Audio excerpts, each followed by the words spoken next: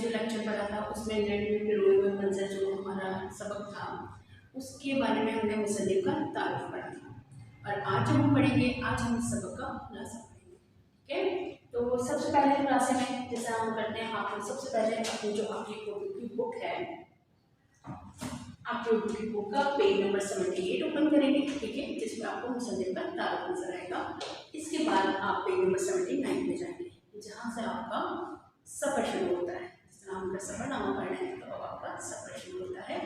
अच्छा जी, तो आप सबसे पहले प्रेजेंटेशन, ठीक है, आपने तो पेज रेडी करना है इस तरह, हमेशा रेडी करते आ रहे हैं। ठीक है, सबसे पहले आपने यहाँ पे डेट लिखनी है। डेट लिखने के बाद सबसे पहले आपने सवाल नंबर 1, उसके बाद खुलासा, खुलासे के बाद सबक का उन्वान, लड़ी में बुने हुए मंजर, उसके बाद मुसन्निफ का नाम, रज़ाई, आमदी, और उसके बाद सनफ़े अदब। सनफ़े अदब क्या है इसका?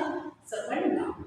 ठीक है, चलिए अब हम करते हैं स्टार्ट हम करेंगे कि खुलासा क्या होता है। खुलासा होता है कि जो सबक हम पूरा पढ़े उसकी शॉर्ट फॉर्म क्या है। ठीक है, हमने उससे क्या समझा, ठीक है, उसको हम थोड़ा सा शॉर्ट करके, क्योंकि देखें जो सबक है वो है 3, 4, 5 पेजेस का होता है, लेकिन हमने खुलासा लिखा है कि हमें क्या समझा है उसमें। ठीक है, तो खुलासा किस तरह लिखते हैं जो मैं बताती जाऊँगी, उसको अच्छी तरह सुनना है और उसको अपने अल्फाज में आपने फिर अपने रजिस्टर्स पे लिखना है। ठीक है, चलिए हम स्टार्ट करते हैं। तो सबसे पहले क्या है कि रमज़ान की एक रोशन सुबह थी, सुनहरी रोशन सुबह थी और सुनहरी धूप पेशावर की वादी पर बिखर रही थी। मुसन्निफ कहते हैं कि मैंने अपने सफ़र का आगाज़ जनेली सड़क से किया, वही सड़क जो सदियों से बादशाहों, सिपाहियों और काफिलों के कदमों से जानी जाती थी। बाला हिसार के नीचे एक पत्थर पर लिखा देखा शारा है पाकिस्तान, और साथ ही एक वजीर का नाम जिसने कभी वो पत्थर लगाया होगा। ये सिर्फ सड़क नहीं, तारीख की एक बड़ी लड़ी थी जिसमें वक्त के मंजर पिरोए हुए हैं। पेशावर हमेशा से सरसब्ज रहा। सोचा कितने लश्कर आए और इस जमीन को रोकते गए, मगर ये वादी आज भी जिंदगी से भरपूर थी। क्योंकि रमज़ान था, चाय खाना बंद थे, तो सोचा सिर्फ सफ़र ही मेरा नाश्ता है। चलते चलते सामने दरियाए काबुल नजर आया। दरियाए काबुल का नीला पानी सूरज की रोशनी की तरह चमक रहा था, मतलब अब नौशेरा करीब था। याद आया ये शहर अकबर बादशाह ने आबाद किया था। जैसे जैसे मैं आगे आगे बढ़ता गया, रास्ते में एक छोटा सा गांव आया जिसमें लिखा हुआ था लाहौर। अरे मैं हैरान हो गया, लाहौर?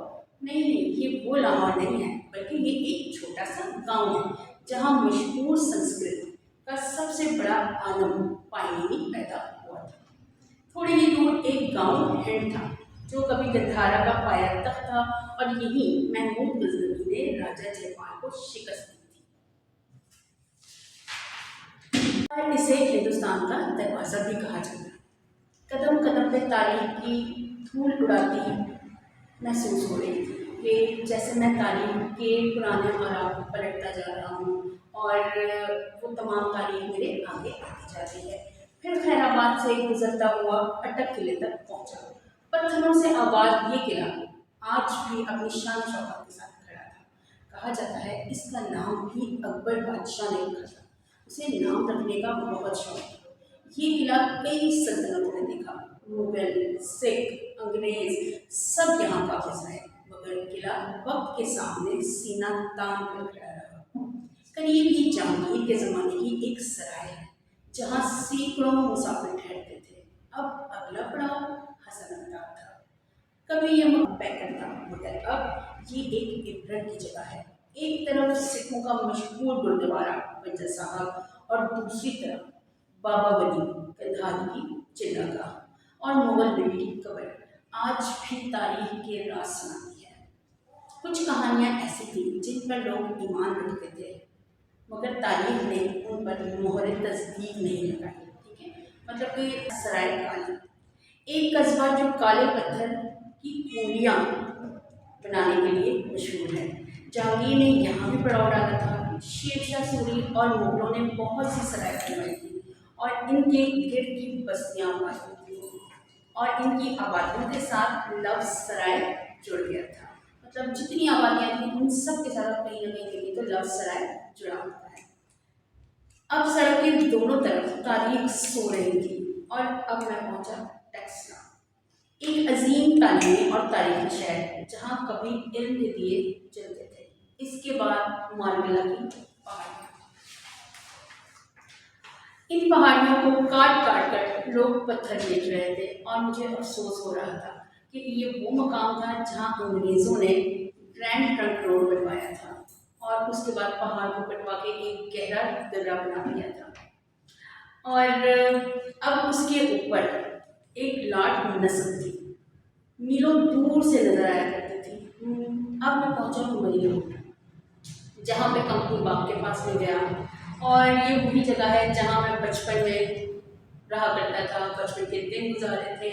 वहाँ के घर, दीवारें, रास्ते सब कुछ बदल गया था, मगर गली के बच्चे आज भी वहीं खेल रहे थे जैसे कभी हम खेला करते थे। उसके बाद मैंने दुआ मांगी कि ये हाथ, ये बंधन कभी ना छूटे और ये गलियाँ हमेशा आपको रहें। ठीक है बच्चों, ये है आपका खुलासा। ये खुलासा आपने जिस तरह मैंने सुनाया उम्मीद है आपको समझ आया होगा और इसको जब अपने अल्फाजों में लिखो, इस कहानी को समझो, अपनी किताब से पढ़ो, कुछ इधर से देखो और इसको अपने अल्फाजों में इस तरह प्रेजेंटेशन के साथ आपने इसको लिखना है और जब इंशाल्लाह वापस आते हो तो हम इसको चेक करके क्या देखें। ठीक है, अल्लाह हाफ़िज़।